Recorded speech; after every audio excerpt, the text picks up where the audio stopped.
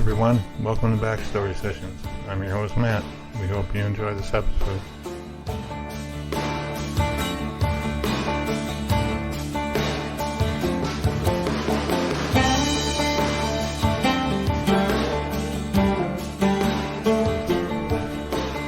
Hey everybody, it's Kat, and I want to welcome you to this episode of Backstory Sessions. I'm joined today by my co-host, Matt. Hey, Matt. Hey Kat, hey everyone, how are you? Our second episode of a guest from Three Pines. That's true, yeah. Yeah. It was great. Anna Tierney last week. That was a great interview. And now we have Sarah Booth, and she plays a really interesting, kind of off the wall Barney Fife-like character A in police this movie, Three officer? Pines. She's a police officer? Yeah, investigator, police officer type. And she's in training, sort of, kind of like Barney was always, under the wing of Andy. Right. Yeah, so it's kind of like that. She needs to be under the wing, and probably I would take the bullet away. But it's, she's really interesting. I can't wait till we get to ask her, about the character and how she, developed all the, just the little things that go into making that character so eccentric. Yeah, it'll be interesting. Because, the writers, they write the dialogue, but really, the actor, brings so much, a body language and just little details that can really make the character so memorable, I think. That is true. And, this is the first time we've had two guests, I think, from the same, TV series. We've had two from the same movie before. But we have another thing to celebrate. It's our first time with 25,000 listeners. Ah, that's true, yeah. Yeah, that's awesome. Yeah, I mean, I guess we always take bets about, when it's going to happen or whatever. And I think I won the bet on that one. I think you were pretty close, yeah. Yeah. So, I guess 50,000, one of our listeners, Sharon, she said 50,000 should be our next goal. So, yeah. So, we better get busy there. Yeah, that's, let's see, when would that be? Sometime, probably, yeah, I don't know. Well, let's just say in this year. That's good enough for now. It could be, yeah. Yeah. Well, and another interesting thing, are where are these listeners? So they're in a lot of different countries. Primarily, we're in the U.S. Most of our listeners are in the U.S., but about 50% are in Kentucky. And that's not really surprising because, initially we were Kentucky based. Right. And so it only makes sense that many of our listeners would also be. But the other 50% are, all over the U.S. And so we ask a question in Backstories, a little poll of, which state do you think is in second place for the most listeners? And, it's pretty surprising what the answer is. We had California on there, New York, just a lot of different states, Minnesota even, I believe. But The second most listens comes from the state of, drumroll please, I'm gonna say Florida. Virginia. Oh, huh. See, I would have never I guessed that. know. Isn't that, I find that fascinating. Thank you, Virginia. Yeah, Uh, I y- wonder. I well, you wonder used to why. live in Virginia, so that's one thing. I did, yeah. And I just passed through Virginia like two That's times true. at least. So, that could be another That's true, possibility. yeah. But to be fair, it was for the month of February. So these statistics are for February. So Yes, in the month of February, that was the second most listened state, was Virginia. I believe I looked at how many countries we were in February, and it was 70.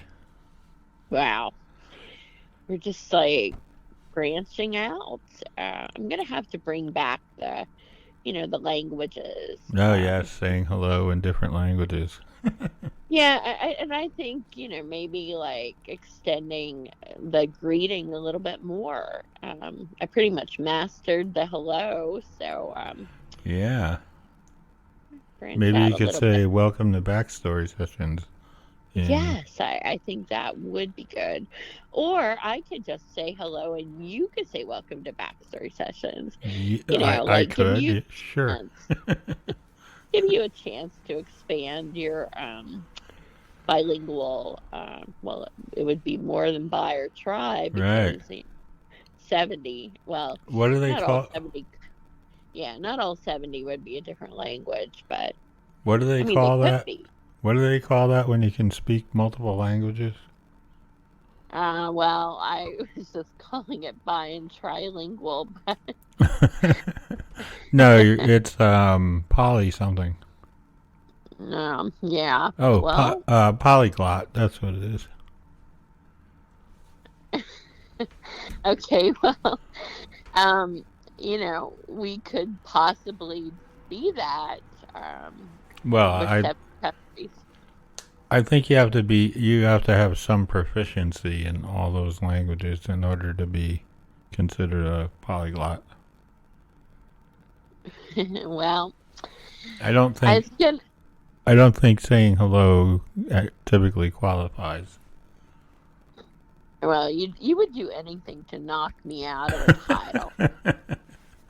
Well, I'm sure it's more than I know for sure. So you got me there. Well, I'm gonna be like half a poly when something. I don't know.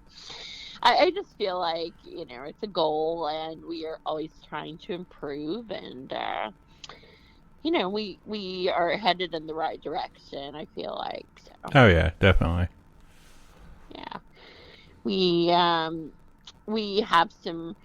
We also did another poll about which kind of guest are preferred, actors, Hmm. writers, musicians, singers, all of those local people. I'm gonna say musicians won. Well, it ended up being a tie. But the good thing is that in the episodes that we have left for this season, next week we have a writer. Oh, that's Um, true. Yeah. yeah, really interesting. And today we have an actress, Hmm. and we have a singer coming up too. So, really, there's just something. Oh, yes, definitely. We have a documentary. So that's about a topic, All and that right. was Yeah. also popular. So really, of all the things that people said they would like, we have at least one guest still to go in the season. So, yay. Trying to appease everyone, I guess. Yeah. I mean, they say you can't please everyone, True. but whoever says that maybe it's just like not trying hard enough. That's true. Yeah. Could be. could be. Could be delusional to think that you can, but I just just go in my own mindset there and feel like that the numbers support that we are reaching a lot of people and we're moving in the right direction. So to me, that translates into we're pretty much pleasing everyone. I think so. Yeah. I mean, there are things that don't please everyone, but that happens. Well, I've noticed our critics are leaving. We had a couple, of I don't know. I don't think it could be because they're not pleased, but that seemed to keep them listening so they could have something to say about Yeah, what we that's true. needed to improve on. But at least two of the major ones are MIA, so I don't know. Well, maybe they've moved on to another podcast. Yeah, the lesson learned there is, don't be criticizing backstory That's sessions right. because we'll get so good you won't have anything to criticize, and then you have to move on, and then then you miss out on hearing us. That's true. Yeah, so I would not wish that fate on anyone. Ah, well, yeah. I mean, it, Oh, come on. You don't hate anybody that much that you would wish that they would never hear us oh again. no, no. But I mean, if I guess in this case, no news is good news. Yeah, I think so. Oh, well, we hope so. We can only hope. Maybe there are people who are secretly harboring some, you know, criticism towards us that just aren't. Well, now is your moment. If you're one of those out there with something to say, we have at least two open spots for critics. That's So, right. bring it on. Right, right. We're taking applications. But don't say so, that criticism has sailed. Oh, that's And it's true. Yeah. And not going to change. So, what did your mother used to say? You can't start a sentence with well. yes, well or so. Right. Yeah. Yes. So, um, as we know, she is no longer able to listen here on Earth, Right. but hopefully she can still get them the podcast somehow. Yeah. Yeah. I'm sure she is listening somewhere. Yeah, Mom. So I did not start with so or well this time. Well. Yes, it was always you. Yes. Yes. It was. Probably was. Yeah. I think that this is going to be really interesting with Sarah Booth. To get back to our guest, she is from Canada, and the show Three Pines is filmed in Canada, so that's pretty cool to be able to. As I understand it, she grew up very close to the place that they're filming. Okay. So, I'm just thinking about I grew up in Jellicoe, Tennessee, shout out. And what if they were filming a movie or a TV series there? How cool would that be? Because it's a small town, and it would be pretty shocking to me if all of a sudden, film crew showed up for a Sure. TV series or such. But there is Grace Moore. She was a famous opera singer. She's from there. Yep. So at one point, if they would have shown up to make a movie about her life, it still would have been exciting, but not as surprising as probably, if you grew up in LA, you're not going to have that same feeling probably Yeah. and you grew up in New York, so you probably, I don't know, were you close to any, filmings of movies or whatever? Well, I mean, in and around the area, there have been many different movies filmed over the years. Uh, and Woodstock happened up there, and uh, so there's Yeah. a lot of different events that have been that have taken place that have been filmed. Well, in Kentucky as well, in different parts of Kentucky, there have Right. been a lot of movies and such. But it's just, I think, kind of cool if you come from a small town and then you get to go back as an actor, actress, whichever you actually are, because we don't want to cause any controversy with, if you're a man playing a woman or a woman playing a man. But, like, Okay. I don't think where Sarah is that anyone cares. So good for you, Sarah, and Canada. But, you, That is or a bad for you, yeah that whichever. that is a thing in Kentucky right now, as I recall. Yes, yes, it is, and actually in other states as well. Hmm. But to grow up and then there be Three Pines, which is was the top rated series in Canada, and to have that be like right next to where you grew up, and to get a leading role in that, I think she's gonna have a fascinating story. I'm pretty sure she will. Yeah. I mean, what she could say, like, "Oh well, I hated my hometown. I did not want to go back. I had not been there, and Yeah. she could say that because some people are not. Yeah, that's true. Some people are not fond of where they grew up. Yeah, they don't want to go back. Right. So I guess we'll just have to wait and hear what her backstory is. But um, we did leave out, and I felt bad like all week about this, but we were talking about a lot of people from Canada, so talented that have come to the U.S. And we did not mention Justin Bieber, and I just want to say, like, we should have. Okay. Well, you mentioned talent, so you know. Yeah, well, baby, baby, baby, oh, is like Yeah. top Okay. that. So, I mean, that is lyrics, profound lyrics that have stuck with me all week. And Indeed. Yes. anyways, I mean, he's had to cancel his tour, and so we wish him well, of course. But um, he he is from Canada, and so I think we should have mentioned him. Yeah. And also, there's a female singer that we failed to mention too. Another one. That's true. Yeah, I remember now. Yeah, yeah. You want to say her name? Oh, that's Alanis Morissette.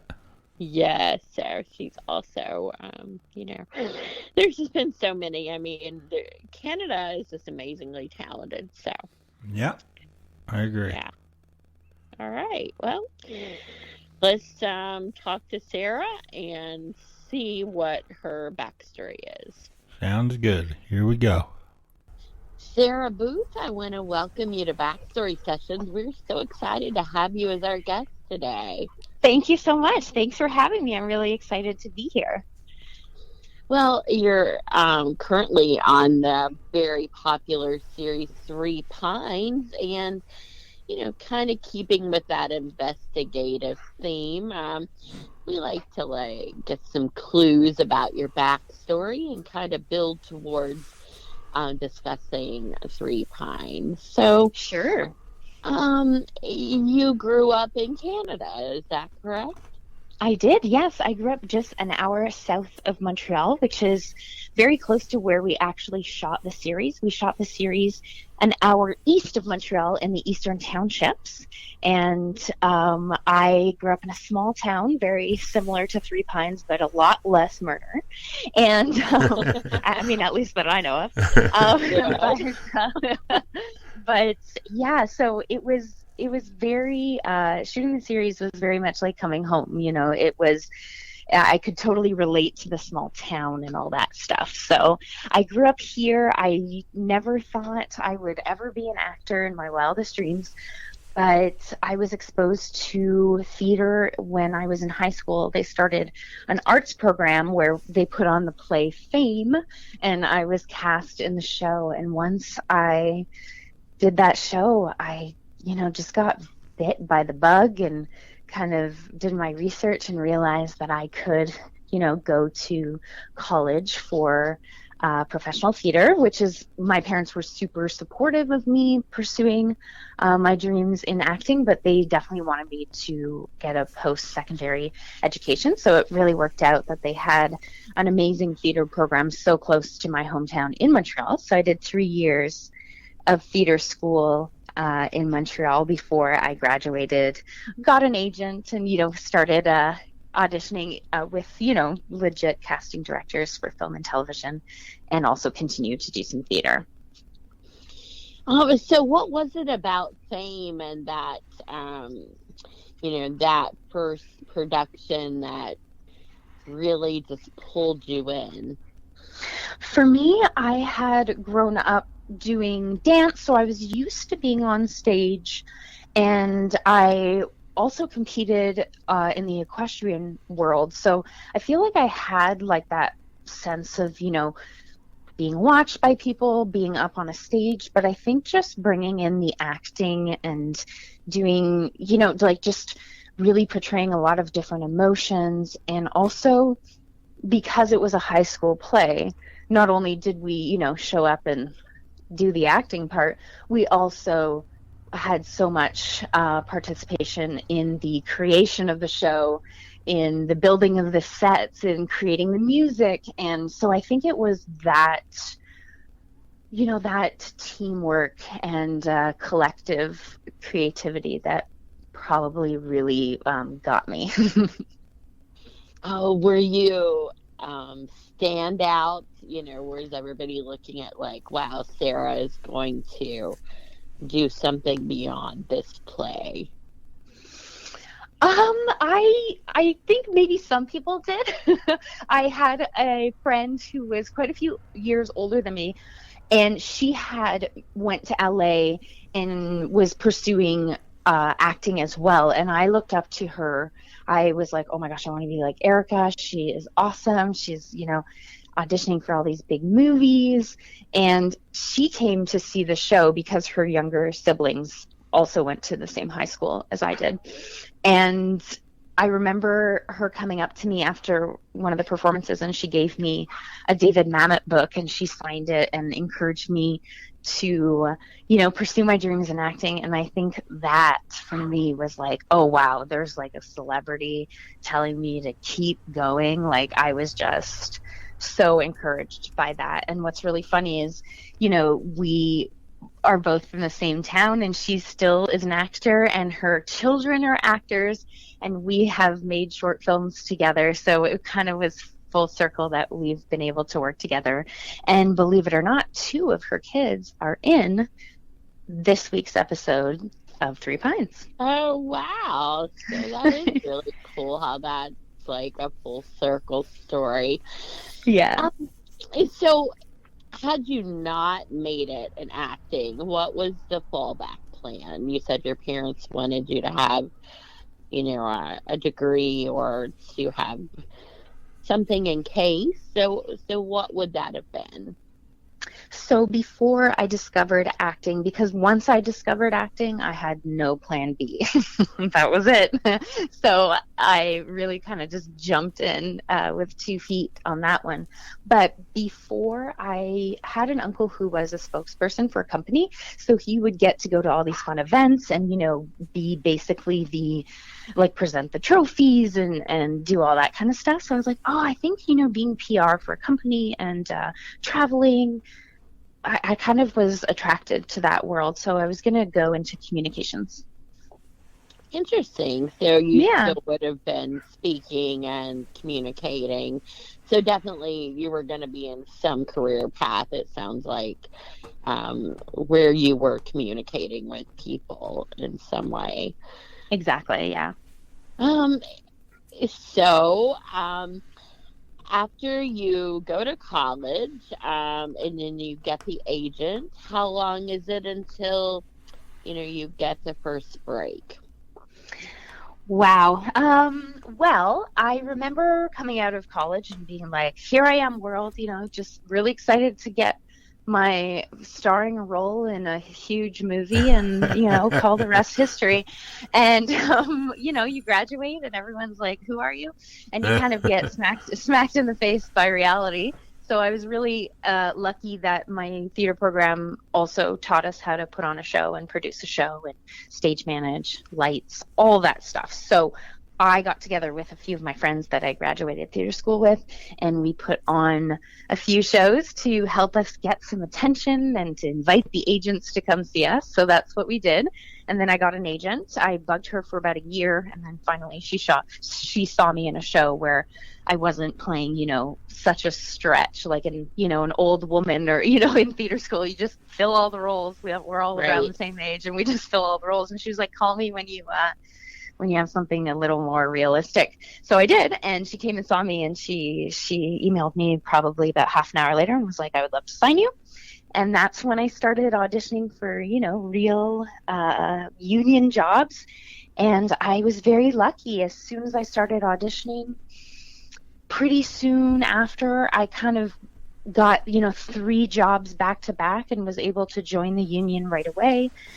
And I'm sure it was quiet after that, but it was really good, to give me that confidence when I first started booking, real professional jobs to actually book them. Because, sometimes you audition for hundreds and hundreds and hundreds of projects and you're not, booking any of those jobs, but there's nothing wrong with what you're doing. It's just a lot of the time it's, a lot of different factors coming together for you to get that part.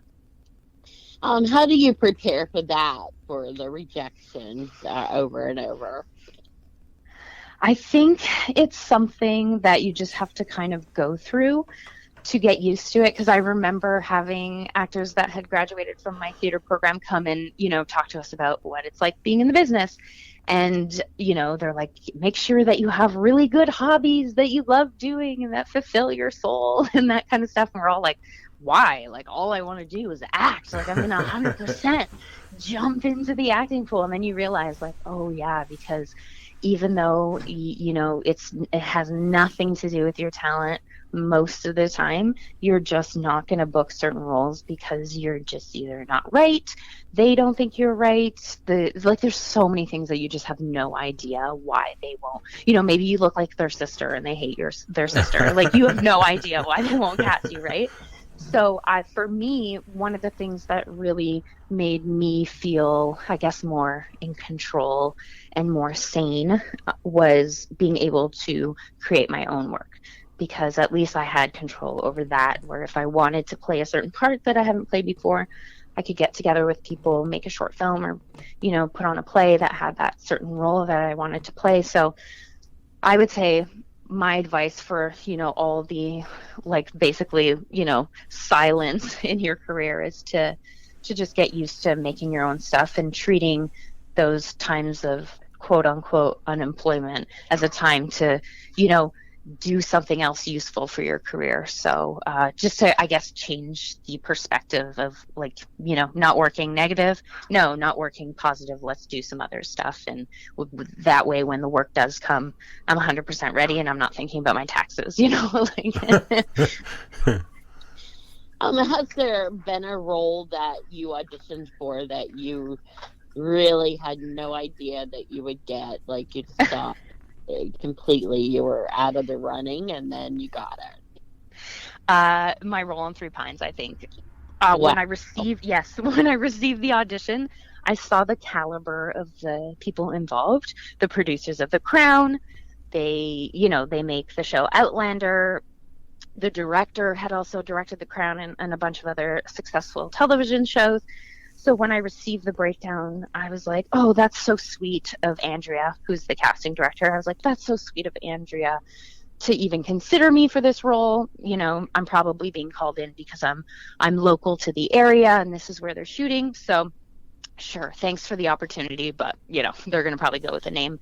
So I kind of really went like not crazy with the character, but I really just kind of went for it with her because I didn't think I was going to get it. And I had spent so many years in Los Angeles auditioning for things that you're like, okay, I'm just going to put myself on tape, probably not going to get this. And you just kind of get used to making auditions fun for yourself versus I don't know what they want, instead of worrying so much. So I kind of, really used this audition as kind of just a chance to play, have fun, create a really great character, and also make Andrea, the casting director, laugh because she's known me. My first film and television audition was with her. So I've known her for a long time. And, sorry, I'm on the phone and a bald eagle just flew by me. It was beautiful. Sorry. Wow, cool. And so I sent it in and I didn't hear anything. And then a month later, I hear from my agent. She's like, remember that audition for Three Pines? I was like, oh, yeah. She said they really loved the character that you built, but they just think it was like way too big. And I was like, oh, I can't even believe they're surprised or they're interested. And so they asked me to do the audition again, but just, give her, like, ground her a little bit more, just like let the comedy happen with the dialogue. So I gave them that version, and they were really interested and they wanted to meet me.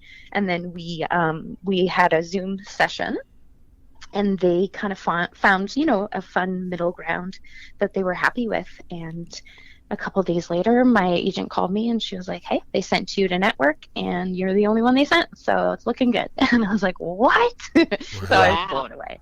Yeah, I was pretty blown away by that. Well, that is so interesting how that came to be. Had you read the books before that you auditioned?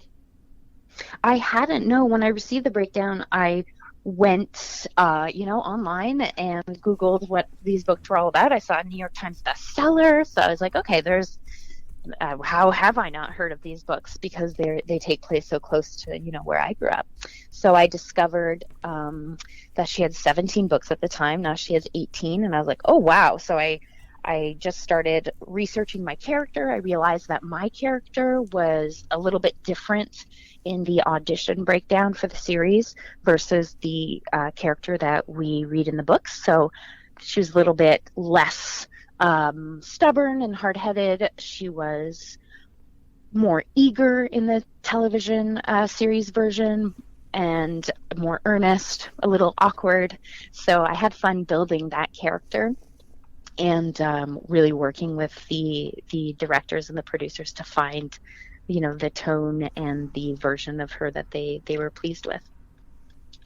Great. And we're going to talk more about that character and the development. But another interesting thing about you, I think, is the stunt work that you've done. So, yes. Where does that begin? I feel like because I grew up on a farm, I grew up with horses, lots of adventures. I think that probably sparked where that career path came from. And also when I was an actor and I wasn't working very much, I would call up stunt coordinators because I had trained with some just on the interest of wanting to do more physical roles. And once I did start training with them, I started getting hired for stunt work, and I was more than happy to be on set and perform those roles as well, because there is a lot of acting in stunts as well. And then when I moved to Los Angeles, it's a very expensive city, and you kind of have to start your career over a little bit because a lot of the casting directors and producers in town aren't familiar with your work yet. So I auditioned for a live stunt show at Universal Studios Hollywood, and it's a short version of the feature film Waterworld. It's a abridged version of that movie in a stunt, spectacle. And we get to drive boats and fight people and zip line and drive through fire and all that fun stuff. So it was like the best job I could ever ask for, on the side, because I got to perform in front of 3,000 people 5 times a day. it was, I got great exposure. And when I was auditioning for stuff in Los Angeles, people know the show down there. It's a big thing. And they would be like, "What? You're in Waterworld? That's so cool." And I'm sure I got a few parts because of that show. Did you ever get injured in any stunt work? Yes, I definitely have nothing seriously injured, just some sprains and some bruises and bumps, but nothing ever too serious. I've definitely, had some friends that got more seriously injured, and I think once I got to a point in my career as well where I felt like, it was building a little bit of momentum, I decided to stop doing the live show, just because I thought it was my head wasn't there as much. And sometimes I would be gone from the show for about 2 months, and then you come back and you jump back in and you're like, "Ooh, I feel rusty." So I just figured after 3.5 years, it was time to retire my Waterworld dress. But I still, last summer, doubled one of my friends on a TV show for something really fun. So sometimes I still dabble. What was the most dangerous stunt that you've done? I would have to say that it is probably the show, because we are not always tied when we're doing the show. Like, you're 40 feet in the air, you're jumping off of exploding platforms, there's people driving around you and on jet skis, there's live fire, there's fireworks everywhere. So I would say that's probably the most dangerous show or stunt that I've ever done, because you're doing it so many times, 5 times a day sometimes, and a lot of things go wrong, especially when it's live. So definitely the most dangerous. But one of my favorite ones that I did not too long ago was a car chase. And I wasn't driving, thank God, but I was sitting in the passenger seat, doubling my friend, actually. And I had an amazing stunt driver, and we got to just, rip it up. And I just had a blast, and I felt so safe because he could stop within an inch of his mark. So we had a great time. So when you're not acting, are you kind of a daredevil too? Yes. Well, I feel like I used to be, but like now that I'm, not 25 anymore, I definitely think before I do things a little bit more. But when I first moved to Los Angeles, I learned how to surf, which was fantastic. I ride horses, and I love doing, action roles like fight choreography, boxing, jujitsu, that kind of stuff keeps me happy. And I just love to move my body. So I definitely do that a lot when I'm not shooting or when I'm not busy. I also teach fitness when I'm off from work. So it keeps me busy and active. Great. So Matt, what do you think about the acting and stunt work acting? Yeah, I don't think that would be for me. I'm kind of, I mean, 5 shows a day seems like a lot for the Waterworld thing. Oh my gosh, I would get home and just face plant. Like, man, I was so tired by the end of that day. Oh, I can imagine. And how many days a week were you doing this? It depends. In the summer, it was definitely busier. Yeah. And around the holidays is really busy. But, in January, sometimes there's only 2 shows a day in the park. Oh, so, I see.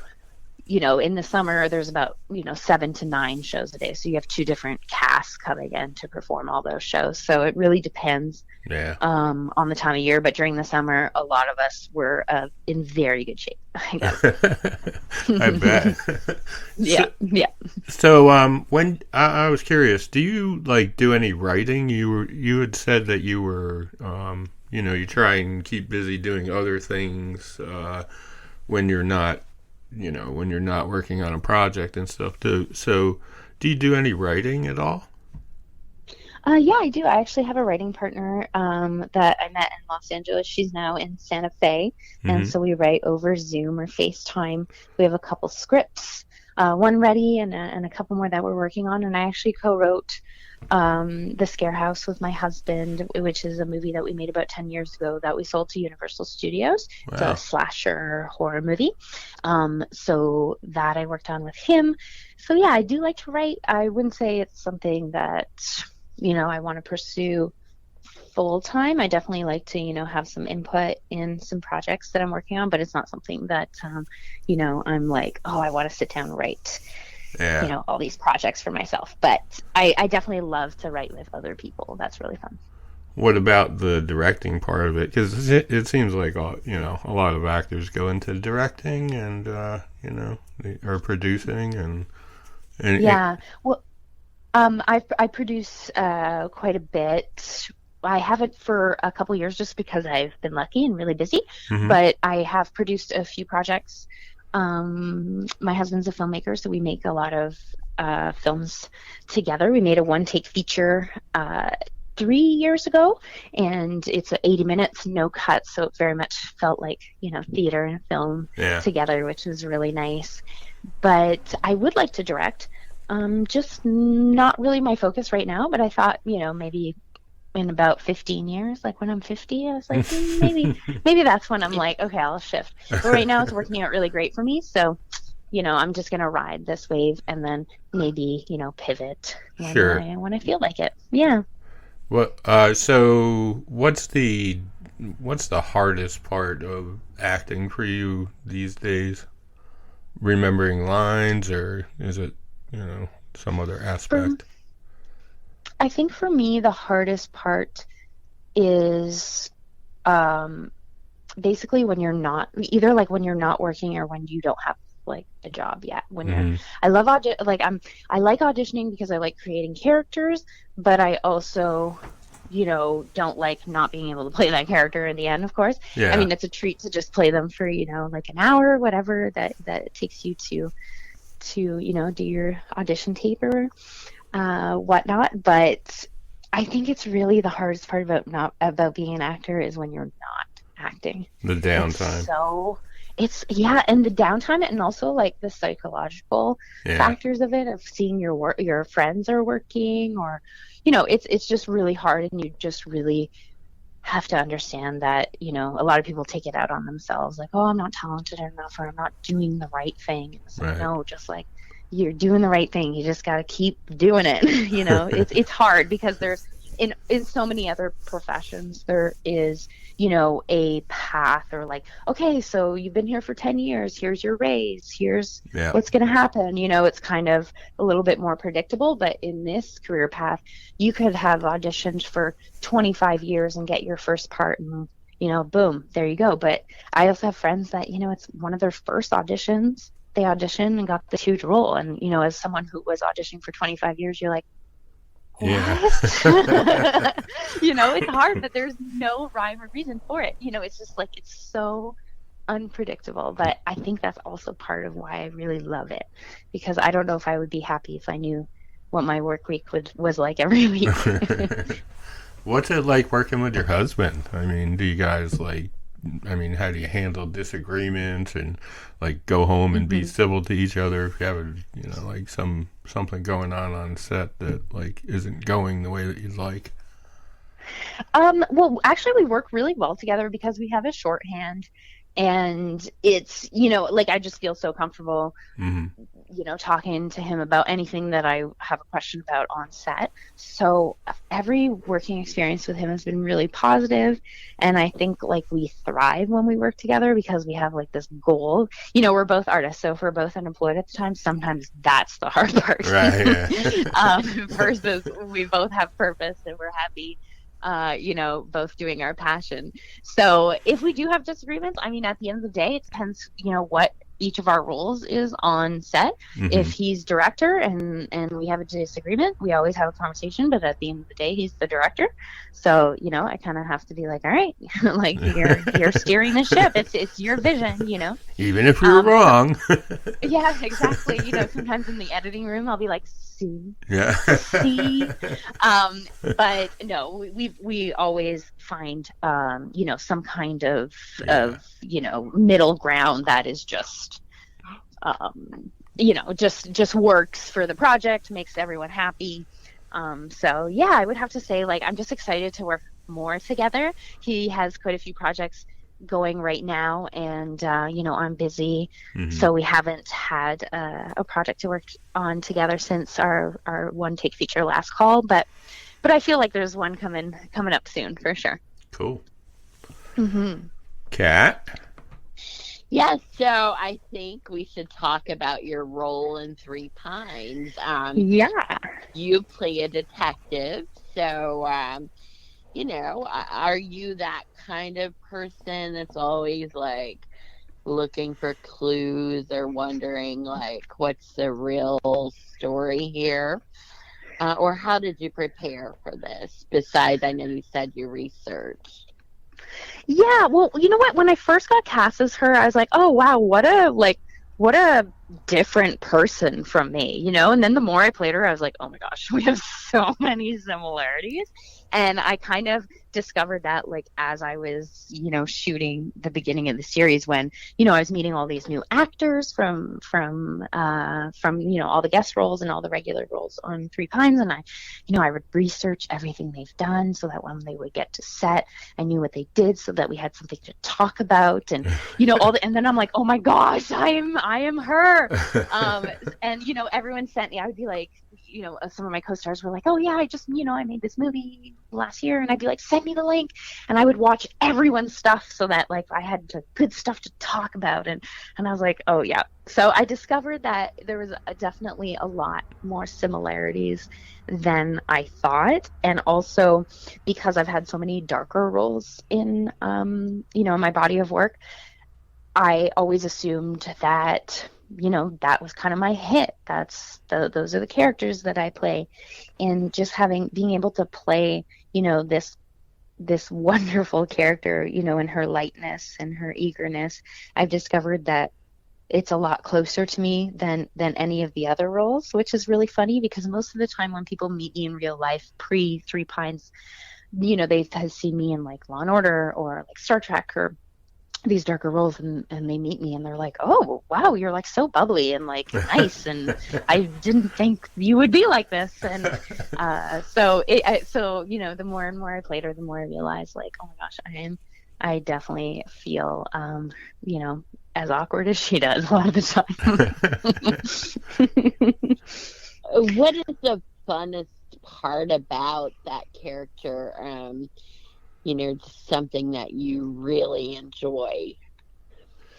I think what's so fun about playing her is before each scene, so we get on set and we, hopefully everyone knows their lines, and you kind of get to the area where you're going to shoot and you do a rehearsal. So you kind of figure out where, everyone's going to stand and if all that choreography works. So during that time, that's when I discover, all this stuff that is around me. And I just kind of like unleash and let my intuition take over, where I'm like, okay, I want to grab this, I want to touch that. Oh, he's gonna walk over here. Okay, I'm gonna like go over there and like do this next to him because he hates if I'm like gross and messy. So I just go into like creative mode, which is really fun. And then you go up to the director and you're like, okay, so when I go over here, I'm gonna do this, and then you kind of make a plan. And I think that's the funnest part. And having directors and producers around being like, I would go up to them and ask them, okay, is it okay if I do this? And they'd be like, go for it. Like just having like the full like encouragement from their creators to be like, try anything, and feeling safe with that. Some people will be like, yeah, try anything. And you try something and, you feel like some judgment, like not on this set. We were truly able to try so many different things and have so much fun and fail and not feel judged. It was just fantastic. So I think my favorite part was just, being in my playground and discovering all those little subtle moments that I could bring to the scene. Have you been a fan of detective type shows, or did you watch any of those in preparation for this role? Yes. So I grew up being a huge fan of Law and Order SVU. So that was definitely, a female detective that I always looked up to. And also, I mean, I love, all the procedural detective shows like the whodunits, always, a fun thing to watch with people, and figure out, oh, who is it, and kind of like getting to know the formula too. as an actor, you're reading so many of those scripts that you're like, okay, I know exactly who did it because they talked to that person in the first scene, and that's usually who it is, you know. but but I was also, you know, I love Twin Peaks. I was introduced to Twin Peaks by my husband, and I was just like, wow, this is the weirdest thing I've ever watched my whole life. And, you know, every episode leaves you with 100 more questions. Man. But I really enjoyed that it was so wild and just, you know, it just felt like no one at a network ever gave that television show a note, and it showed, you know, with like in a good way. So I when I first got the role, they described it as Twin Peaks meets Fargo. So I rewatched Fargo, the movie, not the TV series, and found some inspiration from that, of just, you know, having just so many unique local characters, discovering, you know, these outsiders creating havoc in their tiny little community. So that those were pretty much the biggest inspirations. And of course the books, you know, I dove into the books. Are there any like local people that are participating in filming? Yes. Well, what's really great about the series is that the entire cast is Canadian, which is great. And I would say probably 70% is from Montreal, or, you know, like local around the area. And a lot of the extras in the series are from the town that Three Pines production rented and transformed into Three Pines. So it was really fun to have them on set and have them be a part of, you know, this quirky murder mystery. And, you know, it just creates so much excitement around it, you know, when you're like, they shot in the town, and like, that's me, I'm in the bistro, you know. It's like, it's so fun to just be able to create that. And so yeah, it felt like they kept it very local. The local production company that was involved, you know, creates all the most amazing shows that are shot in Montreal. So that was wonderful to be able to work with them again. And the crew is always a blast, because Cadet crew always has the most fun on set, I think. And it was great to be, you know, just see so many familiar faces, because I've shot so many projects in this area that you walk on set and you're like, oh my gosh, and, you know, it just feels like a family. It's awesome. Are there any real detectives or police officers that participate?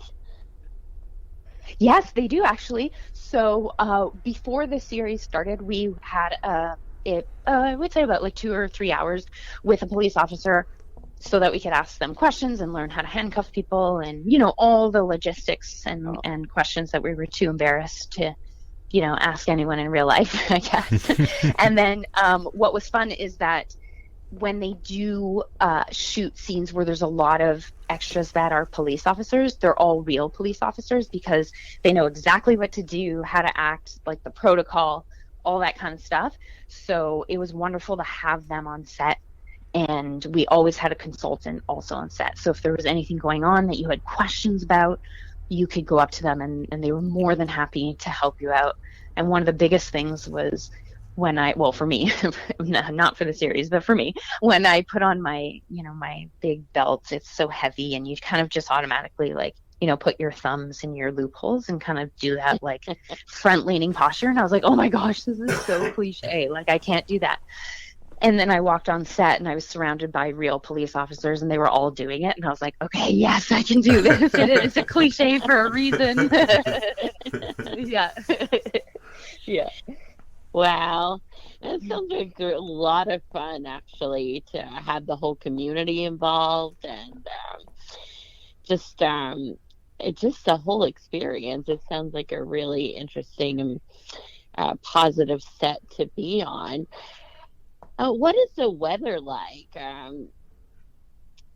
You know, I imagine it to be cold, but you're probably used to it. So, yeah, I mean, you know, we started shooting in September. So in September, it was quite nice. And, you know, just gradually got colder and colder. And the producers and everyone was praying for snow, because we needed snow for those first 2 episodes, which we actually shot last, because we shot the series backwards for weather. So when the snow came, there was a lot of happy people, and but yeah, it was definitely cold. But we were lucky because, like I said, the costume, the costume people on set and the dressers and everyone, they were just they know how it is to shoot in Quebec, so they have you prepared with the hot shots, and there's even electric like underwear that you can wear, so it's like amazing. So we got it all to keep us warm for sure. But yeah, I'm used to it. I grew up here, and we're just used to being very, very cold in December, January, February. We actually just got a huge snowstorm last night, so it's supposed to snow for the next 2 or 3 days. So I think we're getting about 30 centimeters of snow. So it'll be Lord. fun. Beautiful. Yeah, it's a lot. Yeah. Wow. So what's next for you? What upcoming projects are you hoping for in the new year? So for me, I have a couple episodes of Murdoch Mysteries coming out in not long, I think just after Christmas. So murder mystery, again, I guess it's kind of my theme for this year. And I also have a one-take feature, the one that I was mentioning to you before. It's out on Peacock, Tubi, Amazon Prime, and also you can find it on YouTube. So if ever you want to check out that feature film, it's called Last Call. And in the new year, what I'm hoping, well, first of all, I'm hoping to make a crazy action movie because that would be so fun. And also hoping for season 2. So hopefully we get our season 2 and we can jump right back into some more fun and murder in Three Pines. Awesome. Yeah, because season 1 has really taken off. Did everyone expect it to be so successful? I think we knew we had something special and different, but they don't always tell you everything, and we were kind of waiting, being like, okay, feedback is good from production, but they're not going to tell the actors it's not good if it's not good, Yeah. So you're kind of like, I don't know, is it really good? And then I was able to see a few clips, and when the trailer dropped, I was like, oh, okay, this is gonna be good. And when I watched the first couple episodes, yeah, like I was really blown away. But I think what I'm most surprised by is how much the like just the general public likes it. For the fans, I was like, okay, for sure the fans are going to watch the series because it's Louise Penny, and they do anything for Louise Penny, so I know they'll watch it. But I'm just so surprised by how much just the regular public loves it, because I thought maybe the quirkiness of the show, I wasn't sure if it was going to be more of a niche show, but people are digging it. And I think the best part about it is so many people that love the books are women that are like 40 and over, mostly, not everyone. Obviously there's fans of the books like in all in all ages. But one thing that they mentioned that I thought was so cute is that they started watching the series and their husbands are like, what is that? And they are falling in love with the series. Now they don't want to read the books, which is fine, but they love watching the series with their wives, and now they're kind of like sharing Three Pines together, and I think that's so sweet. Oh, that is sweet. Yeah. Well, does your husband watch with you? He does. Oh my goodness, he's my number one fan. He's such a good supporter, and he is just, every day he wakes up and looks at all the Three Pines social media, lets me know what's going on, because sometimes I'm in the mood to like read what people are talking about, and sometimes you're just not. It depends, right? Yeah. So he always keeps me up to date and finds all the articles, and he's very much like my husband manager in the best way possible. And I'm so lucky to have him and his support, and he completely understands what I have to do for my career, and he also is very excited for my career because the bigger my career gets, he gets to have this pretty big actress in his movies now, so it's pretty good for him too. Yeah. Well, I can't wait to see if there's going to be season 2, and definitely we want to have you back, in the new year and talk about the new projects that you'll be working on, and also season 2. Fingers crossed.